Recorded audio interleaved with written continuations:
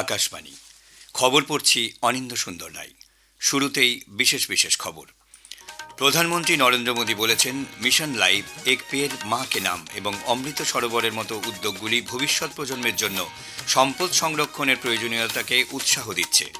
প্রধানমন্ত্রী গতকাল লোহড়ী, মকর সংক্রান্তি, মাঘ বিহু এবং পোঙ্গল উৎসবে দেশবাসীকে শুভেচ্ছা জানিয়েছেন। প্রধানমন্ত্রী নরেন্দ্র মোদী আজ নতুন দিল্লিতে কমনওয়েলথভুক্ত দেশগুলির জাতীয় সংসদ অধ্যক্ষদের 28তম অধিবেশনের সূচনা করবেন। রাষ্ট্রপতি দ্রৌপদী মুর্মুর দুদিনের পাঞ্জাব ও রাজস্থান সফর আজ শুরু হচ্ছে। জাপানের বিদেশমন্ত্রী তোশিমিৎসু মোতেগি আজ 3 দিনের ভারত সফরে আসছেন। পশ্চিম এশিয়ায় উদ্ভূত উত্তেজনার প্রেক্ষিতে তেহরানে ভারতীয় দূতাবাস এদেশের নাগরিকদের দ্রুত ইরান ছাড়ার পরামর্শ দিয়েছে। ইরানের বিদেশমন্ত্রী ভারতের বিদেশমন্ত্রী ডক্টর জয়শঙ্করের সঙ্গে উদ্ভূত পরিস্থিতি নিয়ে টেলিফোনে কথা বলেছেন। ৭৮তম সেনা দিবসের কুচকাওয়াজ আজ জয়পুরে অনুষ্ঠিত হবে। পুরুষদের অনূর্ধ্ব-19 বিশ্বকাপ ক্রিকেটের প্রথম দিনে আজ ভারত মার্কিন যুক্তরাষ্ট্রের মুখোমুখি হবে। আসছি বিস্তারিত খবরে। প্রধানমন্ত্রী নরেন্দ্র মোদী মাটির স্বাস্থ্য বজায় রাখা, জল সংরক্ষণ এবং ভবিষ্যৎ প্রজন্মের জন্য সম্পদ রক্ষার প্রয়োজনীয়তার উপর জোর দিয়েছেন। তিনি বলেন, মিশন লাইফ, এক পেড় মা কে নাম এবং অমৃত সরোবরের মতো উদ্যোগগুলি এই চেতনাকে উৎসাহিত করে। গতকাল নতুন দিল্লিতে কেন্দ্রীয় তথ্য ও সম্প্রচার প্রতিমন্ত্রী ডক্টর এল মুরুগানের বাসভবনে আয়োজিত পোঙ্গল উদযাপনে যোগ দেওয়ার পর এক সমাবেশে তিনি ভাষণ দিচ্ছিলেন। তিনি বলেন যে পৃথিবী যখন মানুষকে এত সম্পদ দেয় তখন তা সংরক্ষণ করা মানুষের দায়িত্ব। প্রধানমন্ত্রী বলেন যে সরকার কৃষিকে আরও টেকসই এবং পরিবেশ বান্ধব করার জন্য ক্রমাগত কাজ করে চলেছে। আগামী দিনে উন্নত কৃষি পদ্ধতি, জল ব্যবস্থাপনা, পার ড্রপ মোর ক্রপ এবং কৃষি প্রযুক্তি গুরুত্বপূর্ণ ভূমিকা পালন করবে। ये धरती हमें इतना कुछ देती है, उसे संजोने का दायित्व भी हमारा है। अगली पीढ़ी के लिए मिट्टी को स्वस्थ रखना, पानी को बचाना और संसाधनों का संतुलित उपयोग करना सबसे जरूरी है। मिशन लाइफ, एक पेड़ मां के नाम, अमृत सरोवर जैसे हमारा अभियान इसी भावना को आगे बढ़ाते हैं।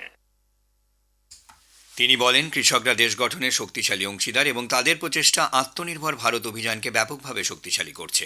কেন্দ্র কৃষকদের ক্ষমতায়নের জন্য প্রতিশ্রুতিবদ্ধ এবং সরকার সেই লক্ষ্যে অক্লান্ত পরিশ্রম করছে। हमारे किसान राष्ट्र निर्माण के मजबूत साथी है। उनके प्रयासों से आत्मनिर्भर भारत अभियान को बहुत मजबूती मिल रही है। केंद्र सरकार भी किसानों को सशक्त बनाने के लिए प्रतिबद्ध होकर लगातार काम कर रही है।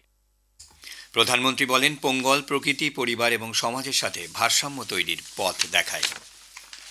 প্রধানমন্ত্রী নরেন্দ্র মোদী আজ নতুন দিল্লিতে কমনওয়েলথভুক্ত দেশগুলির জাতীয় সংসদ অধ্যক্ষদের 28তম অধিবেশনের সূচনা করবেন। লোকসভার অধ্যক্ষ ওম বিড়লা এই সম্মেলনে সভাপতিত্ব করবেন।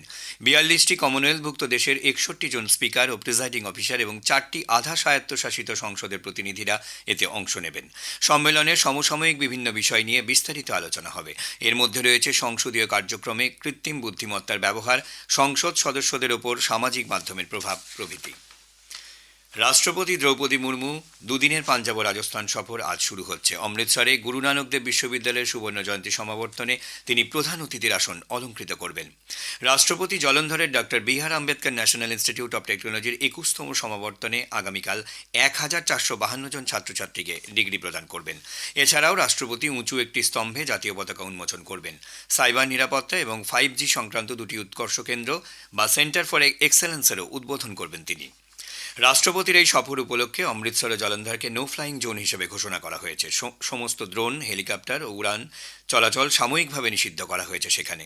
এদিনই রাজস্থানের জয়পুরে রামানন্দ মিশন আয়োজিত কুন্ডিয়া হনুমান মহাগয়ায় পুজো দেওয়ার কথা রয়েছে তার। জাপানের বিদেশমন্ত্রী তোশিমিৎসু মোতেগি আজ 3 দিনের ভারত সফরে আসছেন। ভারতের বিদেশ মন্ত্রক জানিয়েছে, জাপানের বিদেশমন্ত্রী আজ নতুন দিল্লিতে আসবেন। এরপর আগামীকাল হায়দ্রাবাদ হাউসে বিদেশমন্ত্রী ডক্টর এস জয়শঙ্করের সঙ্গে বৈঠক করবেন তিনি।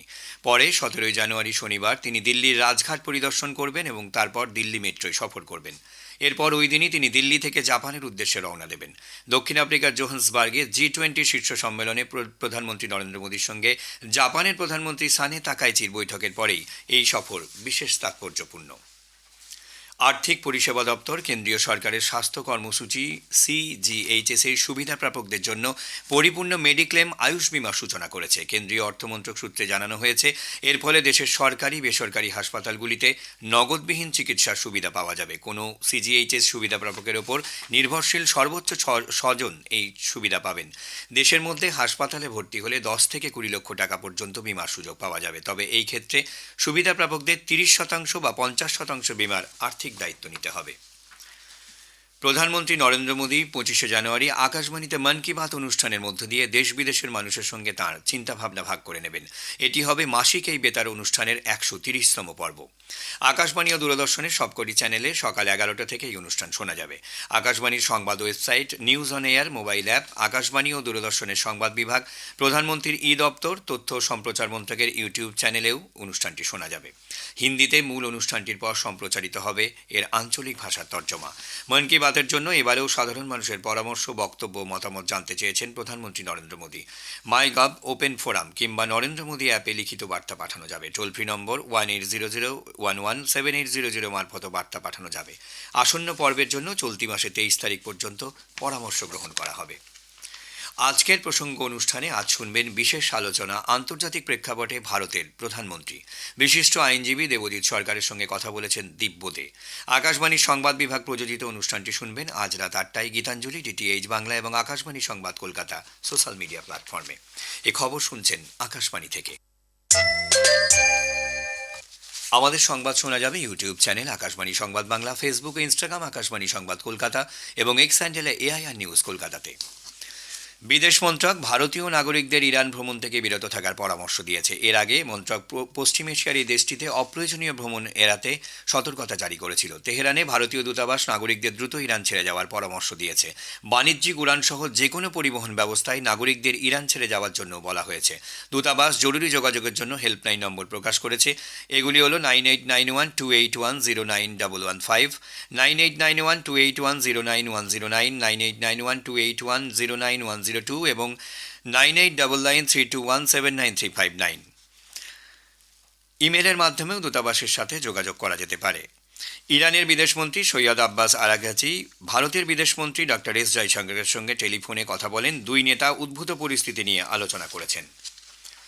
ইরানে সরকার বিরোধী বিক্ষোভে এখনো পর্যন্ত অন্তত 3428 জন মারা গেছেন। 10,000-এরও বেশি বিক্ষোভকারীকে আটক করা হয়েছে। নরওয়েতে অবস্থিত ইরান হিউম্যান রাইটস নামে এক বেসরকারি সংস্থা জানিয়েছে, এই পরিসংখ্যান দিয়েছে। গত 8 থেকে 12 জানুয়ারি পর্যন্ত এই বিক্ষোভে 3379 জনের কাছাকাছি মানুষ মারা গেছেন।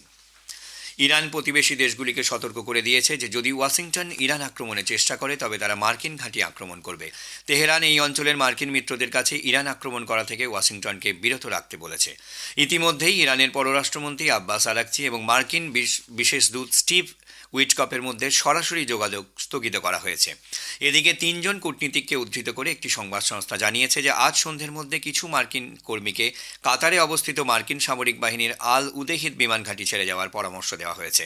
আল উদেহিদ পশ্চিম এশিয়ার বৃহত্তম মার্কিন ঘাঁটি, যেখানে প্রায় 10,000 সেনা রয়েছে। তবে কাতার জানিয়েছে যে ক্রমবর্ধমান আঞ্চলিক উত্তেজনার প্রেক্ষিতে মার্কিন যুক্তরাষ্ট্র পরিচালিত আল উদেহিদ বিমান ঘাঁটিতে সতর্কতামূলক ব্যবস্থা নেওয়া হয়েছে। কিছু কর্মীকে বিমান ঘাঁটি থেকে সরিয়ে নেওয়া হয়েছে। কাতারের আন্তর্জাতিক মিডিয়া অফিস জানিয়েছে নাগরিক ও বাসিন্দাদের নিরাপত্তা এবং গুরুত্বপূর্ণ পরিকাঠামো রক্ষার জন্য বৃহত্তর প্রচেষ্টার অংশ হিসেবে এই পদক্ষেপ নেওয়া হয়েছে। মার্কিন রাষ্ট্রপতি ডোনাল্ড ট্রাম্প বলেছেন যে গ্রিনল্যান্ড অধিগ্রহণের নেটোর উচিত তাদের সাহায্য করা। গ্রিনল্যান্ডের ওপর মার্কিন যুক্তরাষ্ট্রের নিয়ন্ত্রণ ছাড়া কোনো কিছুই গ্রহণযোগ্য হবে না বলে তিনি এক বিবৃতিতে জানিয়েছেন।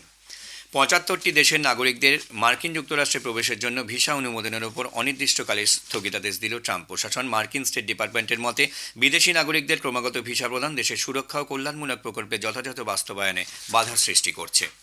ভারতের রাষ্ট্রপতি বিচারপতি সুজয় পালকে কলকাতা হাইকোর্টের প্রধান বিচারপতি হিসেবে নিয়োগ করেছেন।